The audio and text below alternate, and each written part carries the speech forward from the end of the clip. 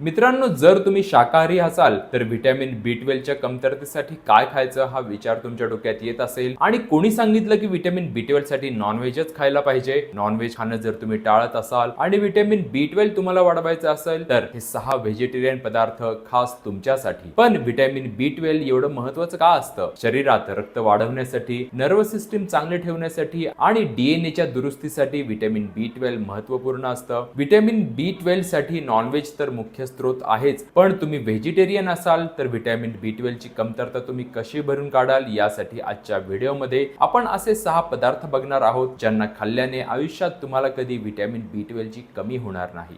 त्यासाठी व्हिडिओ शेवटपर्यंत बघा आणि स्टेप बाय स्टेप फॉलो करा. मी जीवन ऊर्जात तुमचं स्वागत करतो.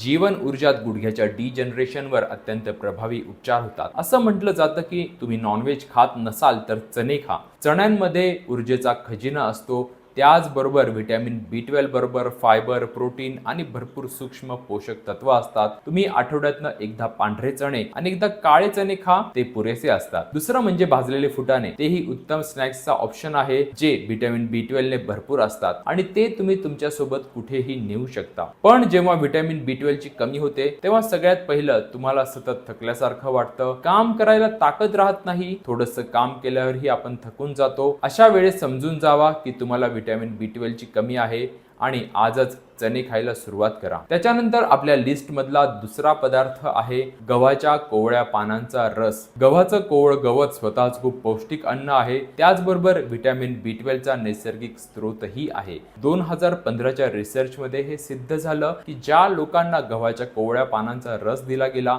त्यांच्या शरीरामध्ये टॉक्सिन्स कमी होऊन शरीरातली उष्णता कमी होण्यास मदत झाली. जर 4 चमचे गव्हाच्या कोवळ्या पानांचा रस पाण्यामध्ये मिसळून सकाळी नाश्त्याच्या वेळेस अर्धा तास आधी घेण्यास सुरुवात केली तर तुमच्या शरीरात व्हिटॅमिन B12 ची कधीही कमी होत नाही आणि कमी असेल तरीही ते पूर्णपणे भरून येईल. हा रस थंड असल्यामुळे शरीरातली गरमी पण कमी करतो. पण प्रश्न उरतो की व्हिटॅमिन B12 ची कमी कशामुळे होते? काय नॉनव्हेज न खाल्ल्यामुळे व्हिटॅमिन B12 कमी होतं? तर मित्रांनो, असं अजिबात नाही. खरं तर वैज्ञानिक अभ्यास असं सांगतो की आपल्या आतड्यांमध्ये गुड बॅक्टेरिया असतात जे व्हिटॅमिन B12 बनवण्यासाठी सक्षम असतात. पण त्यासाठी आवश्यक आहे आपलं पोटाचं आरोग्य व्यवस्थित असणं. आपल्या आतड्यांमध्ये गुड बॅक्टेरियांची कमी होते, त्यामुळे व्हिटॅमिन B12 शरीरामध्ये बनत नाही. जसं तुम्हाला माहितीच आहे की आपल्या आतड्यांमध्ये चांगले बॅक्टेरिया असतात, ते जर व्यवस्थित प्रमाणात असतील तर आपल्याला व्हिटॅमिन B12 ची चिंता करायची गरज भासत नाही. यासाठी आंबवलेल्या पदार्थांना व्हिटॅमिन B12 चा चांगला स्रोत मानलेलं आहे. भारतीय जेवणामध्ये शरीरात अन्न पचवण्यासाठी आणि रासायनिक प्रक्रिया जलद होण्यासाठी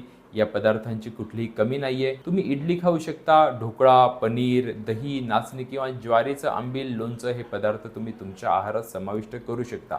याने तुमचं अन्नपचन सुधारून पोट हलकं राहतं, आतडे मजबूत होतात, रोगप्रतिकारक शक्ती वाढून चांगल्या बॅक्टेरियांची निर्मिती होते. पण त्याआधी 2 मिनिटं माझ्याकडे लक्ष देऊन ऐका. जर तुमच्या गुडघ्यांची झीज झाली असेल तर माणसाला अनेकदा भयानक त्रास होतो. गुडघ्याचं ऑपरेशन करून पण अनेक व्यक्तींची अवस्था सुधारत नाही. त्यामुळे या सर्व प्रॉब्लेमवर नैसर्गिकरित्या मात करण्यासाठी जीवन ऊर्जाने गुडघ्याच्या डिजनरेशनवर विशेष ऑटोलोगस थेरपी आणली आहे, जिच्या मदतीने आजपर्यंत शेकडो व्यक्तींच्या गुडघ्यांना मोठा फायदा झालाय. जर तुमच्या ओळखीमध्ये खरंच कुणाला गुडघ्याचा किंवा मणक्याचा असह्य त्रास असेल, त्या व्यक्तीला बरं होण्याचा योग्य पर्याय मिळत नसेल तर त्याला एकदा तरी जीवन ऊर्जात संपर्क करायला नक्की सांगा. पण मित्रांनो, व्हिटॅमिन B12 ची कमी ही एक सर्वसामान्य गोष्ट आहे. 50% पेक्षा जास्त लोकांना व्हिटॅमिन B12 ची कमी होते.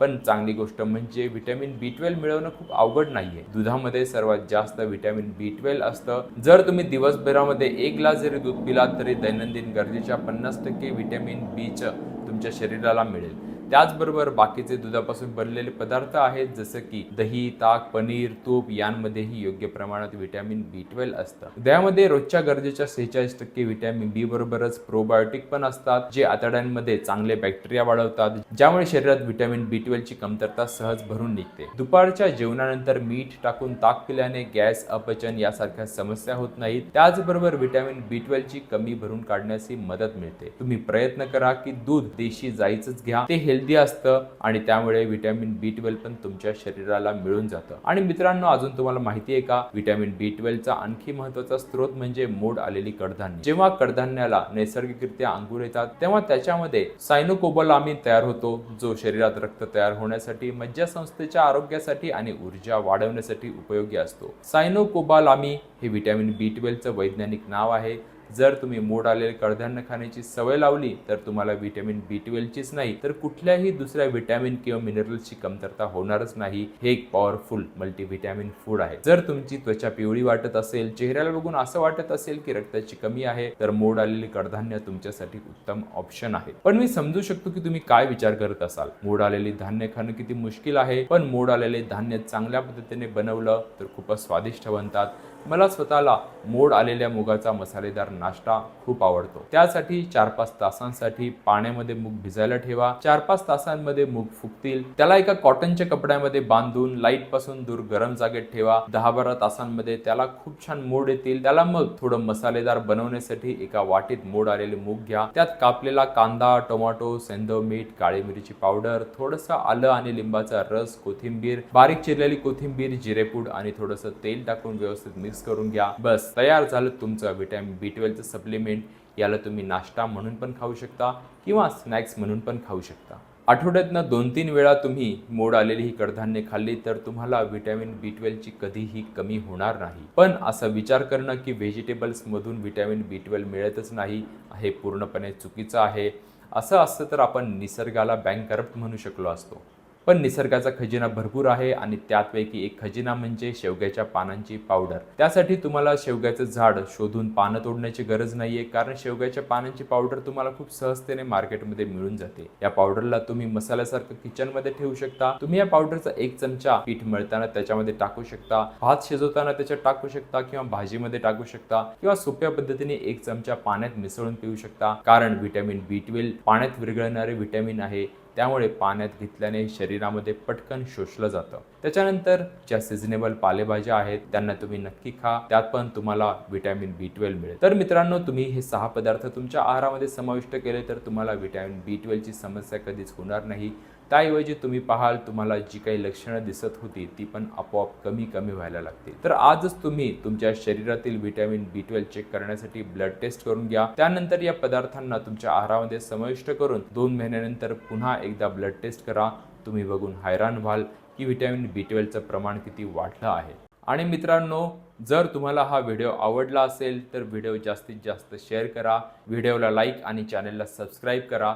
त्याचबरोबर जर तुमचे गुडघे झिजले असतील, गुडघ्याचा त्रास असेल, गुडघ्यात वेदना असतील, कंबर दुखत असेल, सायटिकाचा त्रास असेल तर या सर्व त्रासांवर जीवन ऊर्जा चिकित्सालयामध्ये अत्यंत रामबाण उपचार होतात. जर असा कुठलाही त्रास असेल तर नक्कीच जीवन ऊर्जातील तज्ज्ञ डॉक्टरांना संपर्क करा. तुमच्या वेदना दूर होऊन आयुष्यामध्ये पुन्हा एका आनंदाची सुरुवात होईल. मी आहे तुमचा आरोग्य मित्र सुजित साळुंके. धन्यवाद.